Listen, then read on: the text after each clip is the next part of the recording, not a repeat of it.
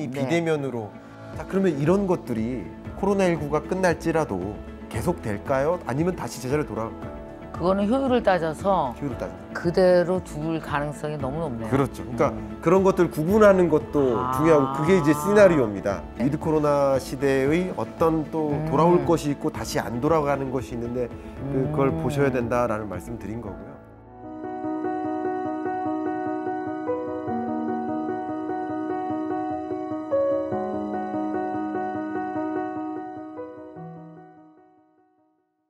자, 안녕하세요. 오늘은 2022년도의 경제 전망에 대해서 정말 가장 정확하게 얘기해 주실 분을 찾고 찾다가 드디어 모셨습니다. 우리 김광석 선생님 모셨습니다. 안녕하세요. 네, 안녕하세요. 안녕하세요. 경제 읽어주는 남자 김광석입니다. 반갑습니다. 네. 경제에 대해서는 방송 같은 데서 진짜 오래 얘기하셨잖아요. 맞습니다. 그죠? 네. 얼마나 되셨어요? 뭐 경력으로는 처음에 이제 국책연구기관에서 시작을 해서 그러셨군요. 지방이전들 했었잖아요. 네. 그때 이제 현대경제연구원으로 우리 글로벌로 또 가고 싶어서 이제 KPMG에서 삼성 KPMG 경제연구원에서 이 거시경제실장을 맡았고요. 그때는 이제 경제전망을 PM으로 진행을 하다가 대중의 입맛으로, 대중의 어떤 언어로 여러분께 좀 전달하고 싶다 하고서 지금 4번째 경제전망서가 나온 겁니다. 그 방송 출연도 되게 많이 하셨잖아요. 방송 출연은 뭐 주로 보도본부라고 할 수 있는데 이제 경제 전문가 대담이라고 할 수 있겠죠. 그런 자리에서 지금 현재 경제를 이제 분석하고 평가하고 정책 제안도 하고 그래서 이렇게 가야 된다라는 이야기 방송 활동하고 또 일부는 이제 정부 자문위원 활동을 하는 거죠. 많이 하셨죠. 정책적으로 지금 이런 현안이 있으니까 그리고 앞으로 이렇게 정부가 대응해야 된다. 뭐 이런 말씀을 많이 드리죠. 왜 이렇게 요즘 사람들은 갑자기 경제 전망에 대해서 개인도 내일처럼 알려고 애를 쓰게 된 걸까요? 이 경제는 마치 나침반 같아요. 근데 그 미래 유망한 산업을 보기 이전에 사실은 경제를 먼저 봐야 되거든요. 그렇죠. 왜냐면 그 경제 안에 유망한 산업이 있고 전통적인 상대적으로 유망하지 않은 산업도 있겠죠. 그렇죠. 근데 어떻게 보면 그걸 이제 경제 성장률로 표현해 볼 수 있는데 경제 성장률이 올라갈지 떨어질지는 유망 산업이 그 성장률을 이끌고요. 비유망 산업이 그것을 이제 못 올라가게 지탱한다는 느낌이죠. 그래서 이제 산업을 들여다보기 전에 기술을 들여다보기 전에 경제를 보는 게 하나의 순서가 아닐까 생각이 됩니다. 그럼 이 책도 그 순서대로 쓰여져 있네요. 지금 보니까. 정확하십니다. 그렇죠. 뭐 전체 세계적인 경제를 보고 국내 경제를 보고 그리고 산업 동향을 보고 정확하십니다. 이렇게 순서대로 이렇게 돼 있는 거군요. 그래서 이 책이 사실 이제 이 프레임이라고 봐야 될까요? 이 프레임은 어떻게 보면 경제 전망 보고서랑 크게 다르진 않습니다. 그래요? 그러니까 22년 경제를 보기 위해서 우리가 반드시 들여다봐야 될 이슈를 선정하는 거죠. 세계 경제의 가장 중요한 현안들, 한국 경제, 산업. 그래서 현안을 보고 경제를 전망하는 그 변수가 있는데 그 변수들을 이제 또 들여다보는 게 이제 경제 전망 보고서라고 볼 수 있죠. 경제 전망이라서 일부 기업이라든지 경제연구원이라든지 국가정부라든지 이런 데만 전망을 해야 되는지 알았더니 결국 당신에게 뭘 갈 거니까 이거 준비해까지 솔루션까지 쓰셨더라고요. 이게 정말 개인의 삶과 관계가 없다고 느끼실 수도 있는데 제가 그런 표현을 언젠가 했었어요. 그러니까 원유 가격이 국제 유가가 마이너스 37달러였죠. 지금 80달러죠. 그러니까 원유 선물 ETF를 투자하시라고 정확히 명시를 해놨어요. 그러니까 원자재 가격은 나하고 상관없지 않습니다. 근데 지금 이 원자재 슈퍼사이클 문제 중에 또 하나 핵심 중에 하나가 요소수 사태 아닙니까? 요소도 원자재 문제예요. 그러니까 원자재 대란인 거죠. 자, 이번에 기왕 얘기 나왔으니까 이 책에서 제가 또 줄을 쫙 끈 게 화폐 변화 얘기해 주세요. 은행 다녀오신 적 있으세요? 지난 한 달 동안? 아니요. 빌 게이츠가 이런 얘기를 했어요. Banking is necessary, but banks are not. 은행 서비스는 필요하지만 은행이 필요한 건 아니다라는 거죠. 그죠? 그러니까 비대면이 노멀인 거예요. 되게 중요하다. 온라인 쇼핑, 실제 전체 은행 서비스에서 여러분이 대면으로 의존하는 비중이 6%입니다, 현재. 나머지는 비대면이에요. 온라인 쇼핑 거래액도 마찬가지예요. 한번 생각해 보세요. 이런 환경 속에서 그러면 현금을 쓸래야 쓸 수가 있느냐 이거예요. 현금 어떻게 생긴 거 얘기하는 거예요? 아니, 그러니까 그냥 화폐를. 현금? 동전이나 5만 지폐를. 원짜리 이거 네. 지폐. 소위 스마트폰에 동전을 넣을 거냐 이거야, 쉽게 말하면. 안 되죠. 아니잖아요. 그러니까 현금을 쓸래야 쓸 수가 없는데, 이것도 잘못된 표현입니다. 우리 용어가 잘못 만들어졌는데 현금 없는 사회라고 하잖아요. 네. 사실 그 잘못된 표현이죠. 아, 현금은 영원하죠. 화폐 없는 사회. 아 그렇게. 그러니까 아날로그 화폐가 사라지고 디지털 화폐로의 전환은 그냥 거스를 수 없는 흐름이에요. 캐시의 기능이 이제 변화되어지는 디지털리 거죠. 디지털리 간다는 가는 거죠. 거죠. 디지털리. 그러면은 우리는 어떤 지갑을 갖게 되고 어떤 화폐를 갖게 될까요? 그러니까 이제는 이제 중국을 시작으로 베이징 동계올림픽 때 중국이 지금은 시범 운용하고 있는 이 CBDC를 중국은 이제 디셉이라고 표현합니다. 지금 이미 시범 운영하고 있어요. 월급의 일부를 공무원 월급의 일부를 디셉으로 줘요. 오호. 그러니까 베이징 동계올림픽인데요. 그때 외국인들한테 시범 운용을 더 해보는 거예요. 오케이. 그리고 외국에게도 많이 활용하려고 하고 지급 결제 차원에서 더 중요한 게 지금 목표로 하고 있는 게 1대1로 사업인데요. 네네네. 1대1로. 1대1로 사업은 세계가 관심이 있어요. 그렇죠. 많은 기업들이 거기서 비즈니스를 영위하고 싶어서 관심 많이 갖고 있는데, 이거 하려면 디지털 위안화로 결제해. 중국 관광객 무시할 수 없잖아요. 그럼요. 그런 것도 가능할 것 같습니다. 전 세계에서 CBDC를 결제하려고 그래요. 저 CBDC밖에 없는데요. 그럼 우리는 돈 벌려면 네, 걔네가 그런 것도 가능합니다. 작전상 있을 것 같아 난. 가능한 시나리오고요. 22년에 굉장히 주목해야 될 현안이 말씀하신 그 미중 패권 전쟁의 격돌인데요. 이미 그런 조짐이 나타나죠.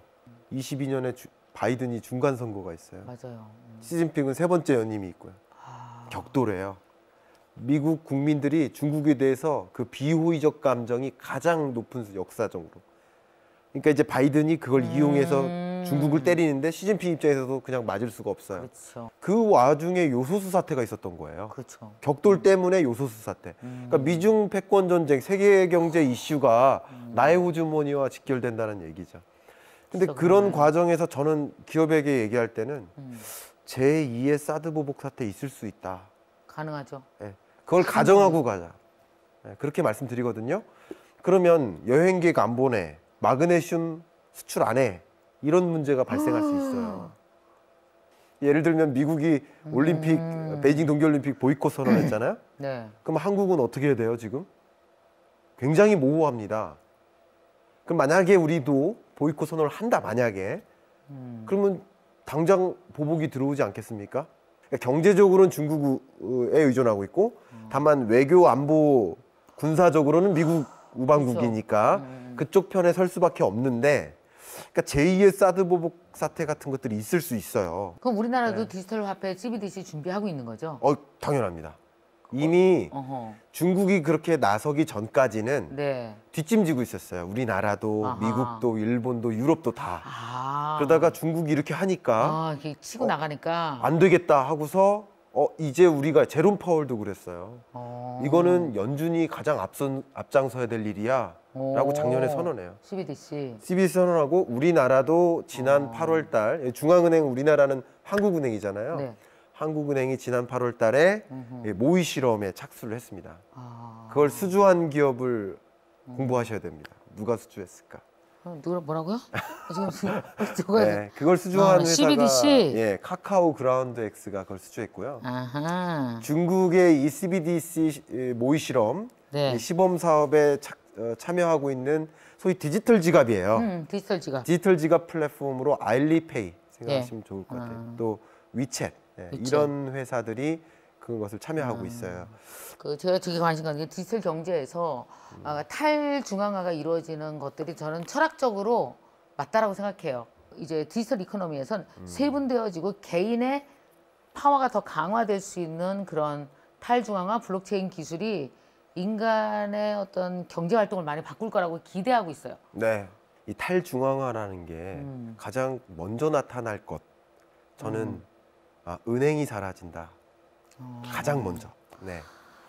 왜냐하면 은행을 대체하는 것들이 다 등장했습니다, 이미.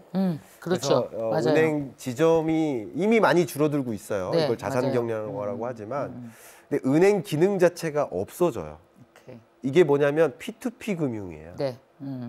이 P2P 금융이라는 것은 네, 네. 혹시 대출 있으세요? 네. 그러면 네, 그게 말해요. 은행에서 받은 있죠. 그 대출 결국 누가 그 자금을 줬는지 모르시죠. 뭐 누군가의 돈을 다 합쳤겠죠. 그렇죠. 그러니까 지금 금융 시스템이 그런 거예요. 네, 투자자와 피투자자가 만난 적이 없는 거예요. 없죠. 그죠? 구조가. 근데 이 P2P는 투자자와 피투자자를 만나게 해주는 거예요. 그러니까 은행의 존립을 그냥 망가지게. 근데 이 블록체인 기술이 도입돼서 그냥 바로 다이렉트로 오케이. 거의 실시간으로 저수수료로 이걸 혁명이라고 하는 거예요. 이걸 4차 산업혁명이라고 하는 거예요. 이게 탈중앙화예요. 탈중앙화. 예. 네, 미디어 중간에 있는 매개체가 사라지는 거죠. 그런데 이제 블록체인으로 가면 모든 것이 투명해지고, 그렇습니다. 그죠? 예. 이게 MZ세대와도 너무 MZ세대가 되게 블록체인에 최적한 애들이네요. 그렇습니다. 그러니까 우리는 블록체인에 오면 못 살겠네, 승질 나서. 그러니까 우리가 이 나이 든 사람들은 정서적으로 적응을 못 할 거 아니에요. 그러니까 우리 그걸 적응하는 게 이런 프로그램 아니겠습니까? 미래를 자꾸 보는 거. 제가 자꾸 네. 그 생각이 든 거예요. 그래서 기술이 아니고 철학적으로 오케이 되지 않으면 이 세상은 너무너무 나이 든 사람한테 힘들어. 네. 기술을 못 따라가서가 아니라 그러니까 마음으로 인정이 안 된다니까요. 네. 양극화가 있잖아요. 자산을 보유한 자와 그렇죠. 보유하지 못한 자. 여러 가지 양극화가 있어요. 세대 간의 양극화. 네. 근데 디지털 양극화, 디지털 갭이 또 생긴 거예요. 그 안에서 그러니까 이것까지 내가 못 따라가면 나는 더 이제 멀어지는 거죠. 디지털 갭 때문에 이제 키오스크 이런 거 진짜 적응이 안 되거든요. 네. 지금 연세 60만 넘어가도 아예 모르는 사람 그럴 너무 수 많고요. 있죠. 예. 그러니까 지금은 키오스크 불편하시죠. 네. 저도 사실 키오스크보다 사람이 편해요. 근데 이제 앞으로는 키오스크가 나를 알아보네가 됩니다. 알아보면 뭐가 달라질까요? 주문하는 과정이 길지 않아요. 얘가 그렇죠. 뭐 먹을지 알고 있다는 거예요. 그런데 여러분 불편하시지만 그 키오스크가 고도화된다는 거예요. 그리고 그동안 여러분들은 키오스크에 익숙해져 가고요. 같이 맞물리는 거예요. 소비자는 익숙해져 가고 기술적으로는 고도화되고. 이게 말 그대로의 언택트 사회를 만드는 거예요. 그래서 디지털 튜터라는 직업을 만들었습니다. 신종 직업. 네. 그래서 2만 명을 가르쳤어요. 그게 네. 우리 정부가 추진하고 있는 한국판 뉴딜 사업하고 딱 맞아떨어지는 겁니다. 그린 뉴딜, 디지털 뉴딜, ESG. 네. 아하. 근데 그 디지털 뉴딜 안에 디지털 네. 뉴딜 정부가 하는 많은 예산 쏟아붓는 그 사업 안에 네. 하나가 여러 가지 사업들이 있는데 네. 하나가 디지털 갭을 축소시키자. 마지막으로 여러분 너무 궁금할 것 같아서 내년에 주식시장은 어떻게 돼? 내 돈에 네, 그러니까 네. 가장 내 돈과 관련된 얘기 몇 개만 해주세요. 제가 22년 경제전망서를 쓰면서 여러분들이 반드시 가져가셔야 될 가장 거시적인 뷰, 네. 그걸 이제 불균형 회복이라고 했어요. 이게 뭐냐면 선진국과 개도국이 따로따로 회복돼요. 백신 보급 여부에 따라서 선진국은 굉장히 빨리 회복됩니다. 근데 신흥국들, 개도국들은 그렇지 못해요. 그렇죠. 그럼 경제가 이렇게 탄탄하게 회복된다는 얘기는 신흥국 돈의 가치가 강해진다는 뜻이에요. 제가 어떤 표현을 하냐면 여러분이 20년, 21년 투자했던, 재테크했던 그 방식, 그 공식을 그대로 22년에 적용하면 완전히 망합니다. 왜 그러냐면 20년에는 코로나19 충격이 왔죠. 그렇죠. 이게 마이너스 3.1% 세계 경제 충격인데 이거는 그 누구도 경험해 본 적이 없어요. 살아계신 분 중에는. 네. 1930년 이후 처음이에요.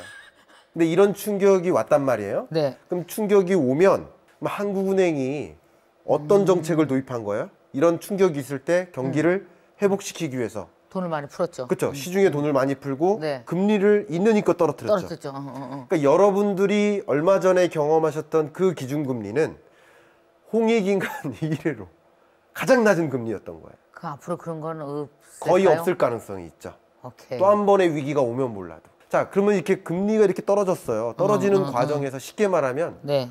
돈의 가치가 순식간에 떨어진 거예요. 그렇죠. 근데 돈의 가치가 순식간에 떨어지는 과정에서 자연스럽게 자산 가치가 폭등한 거예요. 제가 뭐라고 했냐면 20년은 세계 경제 충격이지만 22년에는 불균형 회복일진 몰라도 오케이. 어쨌든 우리나라와 같은 선진국들은 네. 회복되는 경제잖아요. 네. 달라진 국면이잖아요. 그렇죠. 달라진 국면에는 달라진 대응이 필요하겠죠. 그렇죠. 통화 정책도 달라져야 되겠죠. 그렇죠. 달라져야 되죠. 금리를 이제 인상하는 거죠. 어허. 유동성을 이제 줄이는 거예요. 그렇죠. 줄이겠죠. 테이퍼링이라고 하죠. 테이퍼링. 예. 이제 통화 가치가 올라가는 거예요. 돈의 가치가. 오케이. 그러니까 돈의 가치가 떨어지는 시대가 아니라 돈의 가치가 올라가는 시대예요. 자산 가치가 하방 압력을 받죠. 오케이. 더군다나 이 돈 중에서도 누구 돈? 선진국 돈, 달러 가치가 강해지는 거예요. 그래서 달러 강세가 나오는 겁니다. 그럼 달러 강세 속에서는 우리나라가 좀 특이하게 투자 관점에서는 신흥국 범주에 들어가요. 실물 경제에서는 선진국. 선진국인데. 네, 네. 현재는 그렇습니다. 아직까지는. 그러니까 달러 강세가 나오면 신흥국에 투자됐던 자금이 어떻게 될까요? 회수되죠. 회수되죠. 왜냐하면 더군다나 선진국 중심으로 성장하고 달러 가치가 높아지니까 신흥국에 투자한들 그 돈 달러로 바꾸면 수익을 봐도 그치. 얼마 안 되죠. 그렇죠. 환율 때문에. 아하. 그렇기 때문에 신흥국으로부터 자금이 이탈하는 거예요. 그러니까 우리나라도 지난 11월까지 30조가 넘게 빠져나간 거예요. 그러니까 주가가 어떻게 될까요? 박스권에 갇히는 거죠. 그럼 우리나라는 투자 관점에서는 신흥국이라 그랬죠. 그러니까 우리나라 돈이 선진국으로 빠져나간 거네요. 빠져나가. 그러니까 외국인 주식 투자 자금이 빠져나가. 생각해보세요. 모든 가격은 수요와 공급에 의해 결정된다고 하잖아요. 근데 일부의 수요가 외국인 투자자 수요인데 그만큼이 빠져나가면 그 주가는 올라가기가 어렵죠.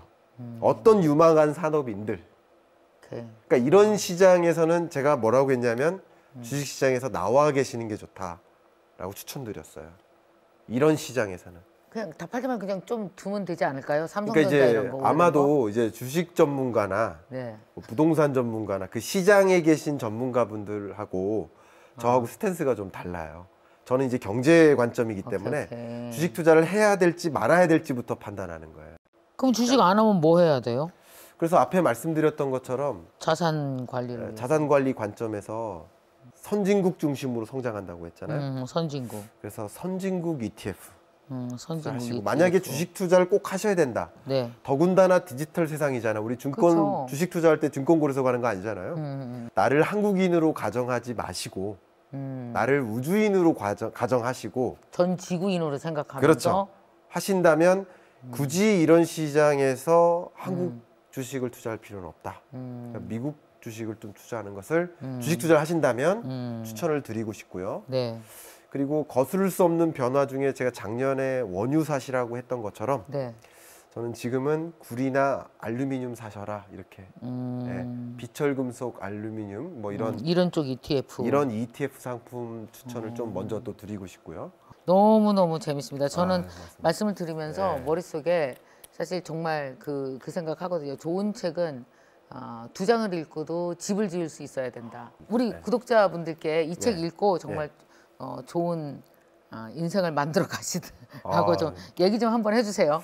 이 책 한 네. 5페이지 프롤로그 부분에 네, 두 개의 그림을 넣었습니다. 네. Life is coming back, 네, but it won't be the same. 네. 삶은 제자리로 돌아간다. 그러나 온전히 똑같은 똑같지 방식은 않다. 아닐 것이다. 그 달라진 환경 속에서 나는 그럼 어떤 대응을 할까? 어떤 그래, 준비를 할까? 맞아요. 어떤 기회를 포착할까? 네. 이런 것을 생각하셔야 될 텐데 그런 면에서 오늘 좀 이야기가 참조가 되시길 좀 바라는 마음입니다. 그러니까 뭐 외국에서 온 리포트 한 뭐 몇백 개, 신문 한 2년치, 그다음에 책 몇백 권 이거 다 합쳐놓은 거 그거 다 읽으려면 우리가 얼마나 시간이 걸려요. 돈도 많이 들고 시간도 들고 그걸 다 압축해서 쉽게 쓰여진 책이다. 이렇게 생각하시면 너무나 좋을 것 같습니다.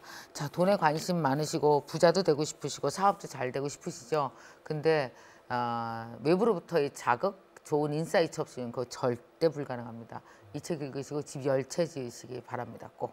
오늘 너무 감사합니다. 제가 감사합니다. 아유, 감사합니다. 네, 네. 감사합니다.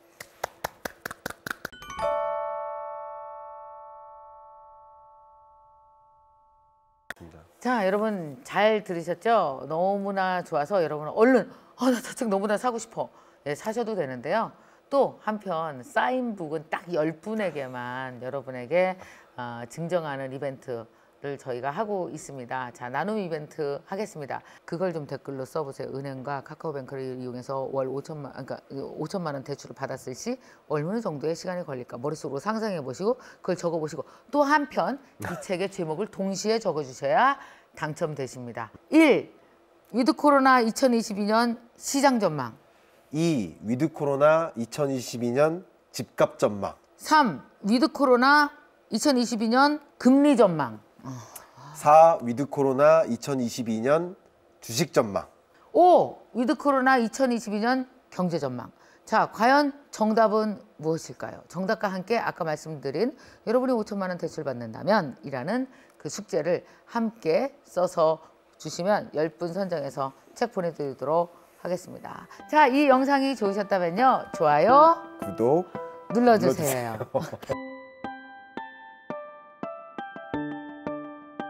오늘의 북요약본을 받고 싶으시다면 이곳을 클릭하세요.